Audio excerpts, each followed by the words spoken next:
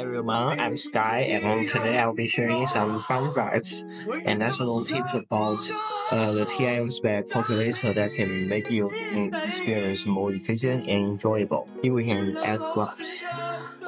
So we turn to our graph. So for example, we graph like 2x, the simple function, then we can get a specific function.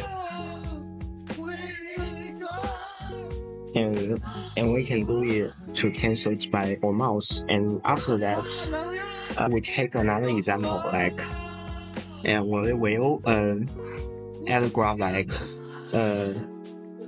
for example, sin x.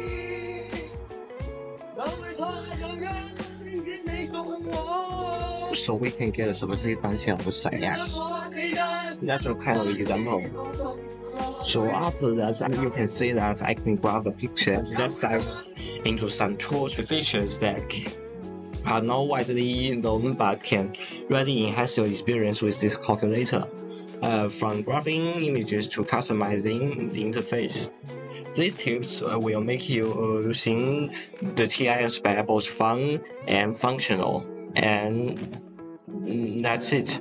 Thank you for watching.